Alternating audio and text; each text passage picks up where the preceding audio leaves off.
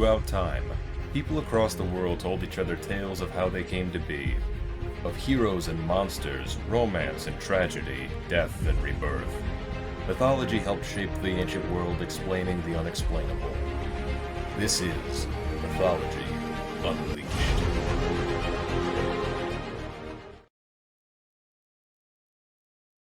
In the nation of Alba Longa, there ruled a king, the just and noble Procus Silvius. Procus Silvius had two sons, the noble and kind Numitor, and the greedy, ruthless Amulius. Though Numitor was next in line for the throne, Amulius coveted his father's kingdom, a fact not lost upon Procus.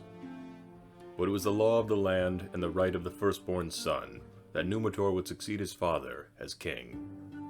So it was decreed that Numitor would ascend to the throne of Alba Longa, but Amulius would receive the greater portion of his father's wealth.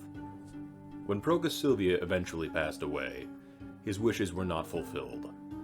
Amulius usurped the throne from Numitor and banished him from the city. Numitor, though saddened by his brother's actions, made a pleasant life for himself in the countryside outside the city, settling down as a farmer with a loving wife and 3 children. Meanwhile in the palace, Amulius' mind raced. Though he knew his brother would not raise a hand toward him, he would not be so certain of Numitor's children when they would inevitably reach adulthood.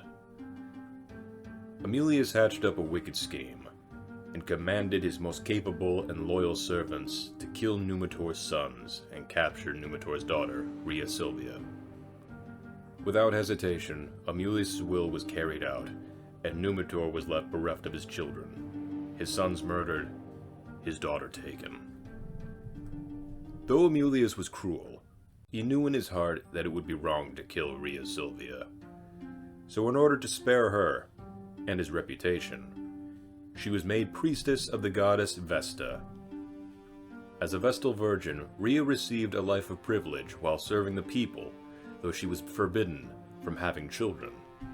Amulius was safe from retribution, from his citizens and Numitor's line, but not from the retribution of the gods.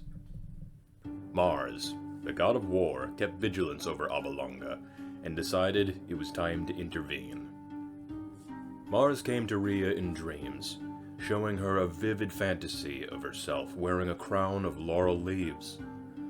And from this crown sprouted 2 trees that grew taller and taller until they brushed the steps of Olympus.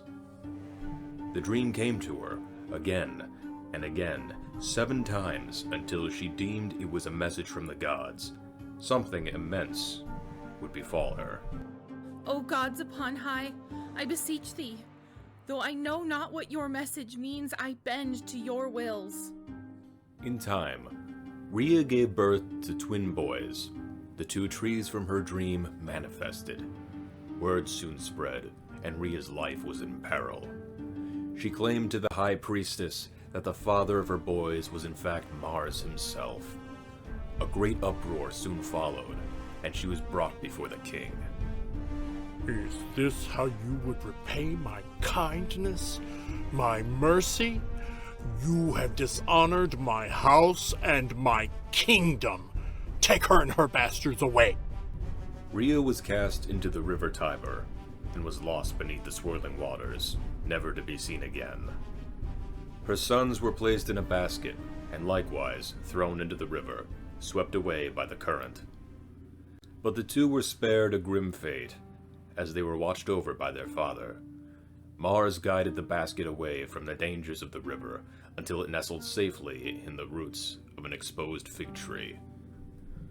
With his sons saved from the river, Mars sought out someone to care for and nurture them. In no time at all, Mars had located a mother wolf who lived in a nearby den with her cubs, and influenced her towards the boy's basket. Hearing the hungry cries of the infants, she padded towards the basket, pried open the lid, and instead of devouring them as one may expect, she gently picked them up and brought them to the Lupercal with her cubs. There the she-wolf fed them her milk, cleaned them with her tongue, and the boys, finally safe and sound, were cuddled cozily with her cubs. So the twins grew up under the care of the she-wolf, feeding on her kills and on wild berries brought to them by birds per command of Mars. Mars, however, knew that his sons would need human parents to raise them to adulthood. As it happened, a shepherd and his wife lived in a hut not far from the Lupercal, in the village where Numitor lived. The shepherd, called Faustulus, found the basket beside the river and noticed overhead the birds who flew to and from the den carrying fruit and bread. Once the she-wolf and her cubs left the den, Faustulus warily made his way over and found the babies, peacefully sleeping in a bed of dry grass. Without hesitation, Faustulus scooped them up under each arm and hurried home to his wife Laurentia, to whom he explained the bizarre circumstance. The twins were raised lovingly by Faustulus and Laurentia, and were named Romulus and Remus. They grew up brave and strong, working the fields and hunting in the forest. But the two of them yearned for adventure and excitement.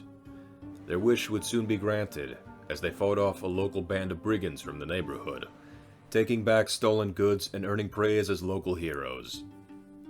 The brigands returned to exact revenge by capturing Remus during the Festival of Pan. He was brought before King Amulius, having been framed for the crimes committed by the brigands. Amulius had no care for what goes on in the lands of Numitor, and commanded that he be brought to Numitor for judgment. Remus was dragged to Numitor's door, and while the brigands spun their lies, Numitor could not help but see his daughter in the face of the youth before him. These men tell me you have a brother. Is that true? Yes, my lord. It is true. At that moment, a great commotion was heard outside. It was Romulus and Faustulus, come to rescue Remus. Now Numitor saw both brothers, and the likeness of his daughter shone brightly. Faustulus proceeded to tell him the story of the twin boys set adrift in the basket, saved by the she-wolf, raised by him and his wife. Numitor's joy could not be contained, and he revealed himself as their grandfather. When the brothers realized what had befallen their grandfather, they swore revenge upon Amulius, keen on making him pay for his crimes. Romulus and Remus knew that their forces were no match for Albalonga's army on the battlefield, so instead they opted to attack the palace in a stealthy manner, infiltrating in small groups until they overcame the guards and held Amulius at sword point. I am Remus, and this is Romulus. We are the sons of your niece, Rhea Sylvia. Romulus's blood wrath swelled over him, and he plunged his sword into the king without another word. Remus followed suit, and within moments the king lay dead at their feet. And so the brothers, Romulus and Remus, appointed Numitor as the rightful king of Albalonga, and thus began his peaceful reign. The brothers served their grandfather dutifully, but as years passed, they, like their great-uncle Amulius, longed for more power. Their chance came when Albalonga became overpopulated, and they were sent to build a new settlement. They decided to build their new settlement on the banks of the Tiber, where they were rescued all those years ago. All seemed well until the brothers began to quarrel over who would rule this settlement. After much arguing, it was decided that they would let the gods deem who would rule. And so Romulus took position on the hill of Palatine, and Remus on the hill of Aventine, waiting for a sign from the gods. Remus soon saw what could be construed as a sign. 6 vultures flying together in the sky. When it seemed like Remus would be elected king, Romulus announced that he had seen no less than 12 vultures flying across the sky together. The people began to pick sides over who was right, Remus, who had seen the vultures first, or Romulus, who had seen more vultures. Ambition and jealousy swelled within their chests, and the brothers began to fight one another. Certain that he would become king, Romulus began to build a wall around his settlement on Palatine. In a brash move, Remus leaped over the wall to demonstrate how weak his brother's defenses were. Romulus answered by murdering his brother coldly. He stepped over the body of his dead brother and proclaimed, "Behold, the fate of all who dare cross my wall and invade my city. So perish all who attack my walls." The people who had followed the twins from Abalonga declared Romulus their king, and in time, they named their settlement Rome, in tribute to their illustrious new ruler.